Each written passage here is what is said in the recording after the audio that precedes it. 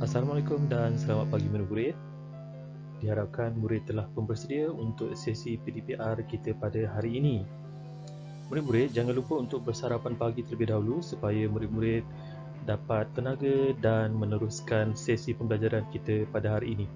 Baiklah murid-murid, pada hari ini kita akan mempelajari sejarah tahun 6, tajuk 10, Negara Malaysia, Unit 1, Lahirnya Sebuah Cinta, subtopik langkah-langkah pembentukan Malaysia oleh saya iaitu Cikgu Fauzi bin Muhammad sepanjang PDPR ini berlangsung.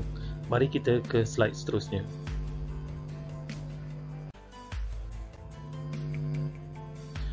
Untuk kandungan buku teks sejarah tahun 6, murid akan mempelajari tajuk 1 iaitu Negara Malaysia, di mana di dalam sub tajuk ini terdapat sub tajuk kecil iaitu Unit 1, Lahirnya Sebuah Cinta. Dan tajuk kita akan memberikan tumpuan kepada langkah-langkah pembentukan Malaysia kerana sebelum ini murid telah pun mempelajari sebab-sebab kepada pembentukan Malaysia.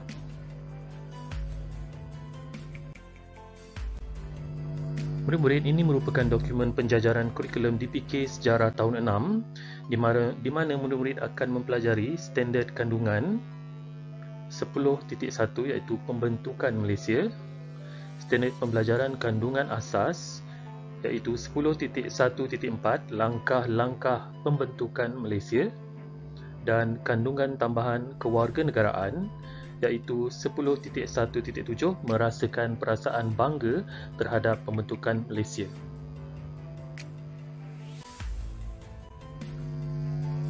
Selepas itu murid-murid, pelbagai langkah diambil seperti perundingan, pemuafakatan dan proses perundangan bagi memastikan pembentukan Malaysia tercapai. Tunku Abdul Rahman menggunakan kaedah rundingan kerana ingin mengelakkan pertumpahan darah dan ingin memperolehi kemerdekaan dengan cara yang aman. Jadi, ini merupakan kronologi permulaan pembentukan Malaysia. Jika murid-murid lihat pada Mei 1961, Tunku Abdul Rahman telah mengumumkan idea pembentukan Malaysia dan usaha-usaha menyebarkan idea giat diperjalankan.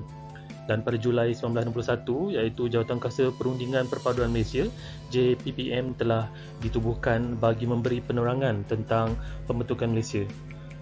Jawatankuasa ini telah mencapai persetujuan untuk menyokong pembentukan Malaysia.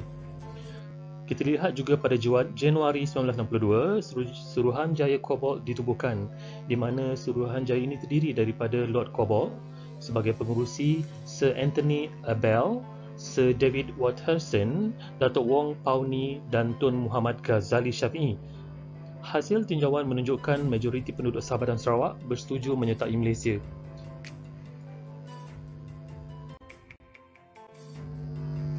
Dan pada Mei 1961, iaitu merupakan di mana Tunku Rahman Putra Al-Haj telah menyatakan gagasan pembentukan Malaysia dan berikut merupakan perkongsian gambar ataupun peristiwa di mana Tunku Abdul Rahman telah berhasrat menyatakan hasrat gagasan pembentukan Malaysia di dalam ucapannya dalam Majlis Persatuan Wartawan Luar Asia Tenggara di Singapura.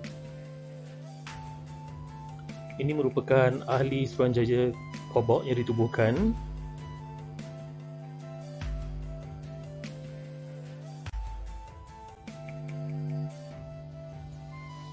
Jadi kita lihat pada September 1962, satu referendum diadakan di Singapura, di mana referendum ini digunakan sebagai untuk melihat sejauh mana persetujuan rakyat Singapura itu sendiri untuk bersetuju menyertai Malaysia.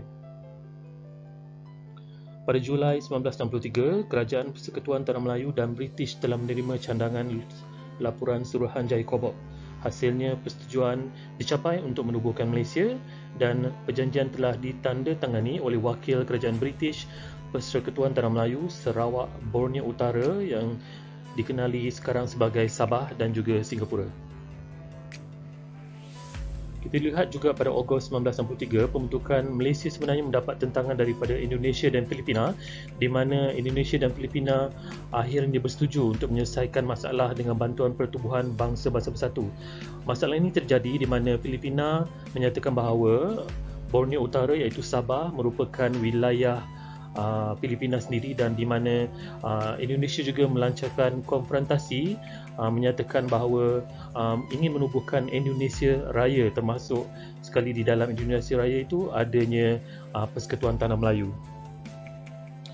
Dalam hal ini juga, wakil PBB telah datang untuk meninjau pandangan penduduk Sarawak dan Borneo Utara iaitu Sabah terhadap pembentukan Malaysia, dan akhirnya tinjauan menunjukkan majoriti penduduk Sarawak dan Borneo Utara menerima idea pembentukan Malaysia.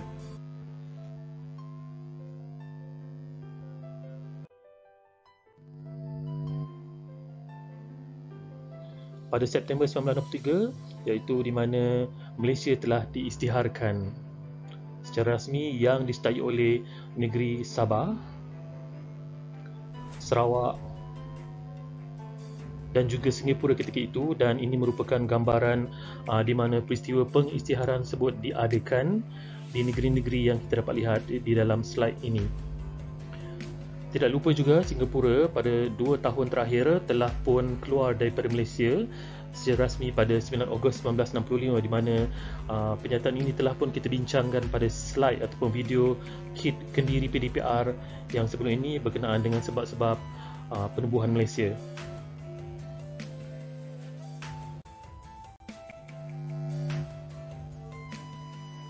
Ini merupakan gambaran perjanjian Malaysia di London selepas mendapat persetujuan daripada Sarawak, Borneo Utara dan juga Singapura. Maksudnya dapatan penduduk asal di negeri tersebut untuk menyatakan persetujuan. So setelah persetujuan itu dikumpul, Tunku Abdul Rahman dan rakan-rakan telah pun terbang ke London dan membuat perjanjian tersebut di London. Jadi murid-murid, apa aktiviti yang saya nak setelah murid-murid mempelajari dan menonton kandungan video kit Kendiri ini, murid-murid perlu cari maklumat daripada pelbagai sumber tentang pemilihan nama Malaysia, dan dengan menggunakan peta iting iaitu peta bulatan, murid-murid perlu senaraikan bagaimana kaedah ataupun pemilihan nama Malaysia tersebut. Murid-murid perlu menggunakan internet di carian Google, kemudian type sumber iaitu pemilihan nama Malaysia atau sejarah pemilihan nama Malaysia, dan di situ akan keluar. Murid perlu capai maklumat tersebut, kemudian baca dan rungkaikan satu persatu, dan murid akan menemui cerita sebenar kenapa nama Malaysia itu dipilih. Ini adalah peta iting, iaitu peta bulatan. Jangan lupa murid-murid, di tengah-tengah tu letakkan dia pemilihan nama Malaysia, dan di luar bulatan kecil itu letakkan kenapa ataupun maklumat tentang pemilihan nama Malaysia tersebut. Seterusnya, murid-murid perlu tengok aktiviti seterusnya berkenaan dengan mengapakah pemimpin Malaysia memilih jalan rundingan ke arah pembentukan Malaysia. Dan cikgu rasa di video sebelum ini ataupun di slide di hadapan video, murid-murid akan mendengar apa sebenarnya pembentangan cikgu tadi dan akan dapat jawapan pada aktiviti nombor 2. Jangan lupa gunakan peta iting iaitu peta buih untuk senaraikan 2 ataupun 4 mengapa rundingan ke arah pembentukan Malaysia itu dipilih. Ini merupakan peta buih. Saya rasa murid-murid sebelum ini yang bersama kelas dengan saya akan faham kaedah dan penggunaan peta iting tersebut.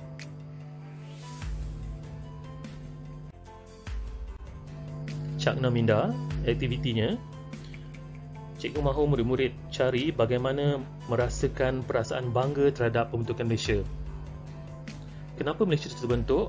Jadi murid-murid perlu menonton video sebab-sebab pembentukan dan sehingga ke langkah-langkah pembentukan Malaysia, di mana di situ terdapat pemimpin yang menjadi tunggak utama. Bagaimana murid-murid melihat kerja keras pemimpin tersebut yang boleh dizahirkan kepada diri murid bangga dengan pembentukan Malaysia sehingga sekarang, di mana Malaysia berada di atas satu landasan yang sangat bagus untuk membangun lebih kepada membentuk negara maju.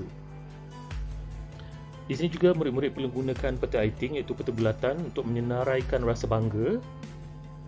Ini adalah contoh peta iting iaitu peta bulatan. Jangan lupa di tengah-tengah tuliskan perasaan bangga, dan luar daripada bulatan kecil, di luar tuliskan jawapan murid. Dan jangan lupa murid-murid, setelah menulis perasaan bangga di tengah-tengah, murid-murid perlu menyenaraikan jawapan rasa bangga tersebut. Kemudian setelah selesai meletakkan jawapan 1, 2, 3 ataupun 4 jawapan yang murid rasakan sesuai untuk menzahirkan perasaan bangga tentang pembentukan Malaysia, baru murid-murid buatkan bulatan yang terbesar untuk menutupkan peta bulatan tersebut. Diharapkan murid-murid faham. Ini merupakan peta di mana pembentukan Malaysia. So, selepas ini murid-murid akan mempelajari tokoh-tokoh dan negeri-negeri yang terlibat di dalam pembentukan Malaysia.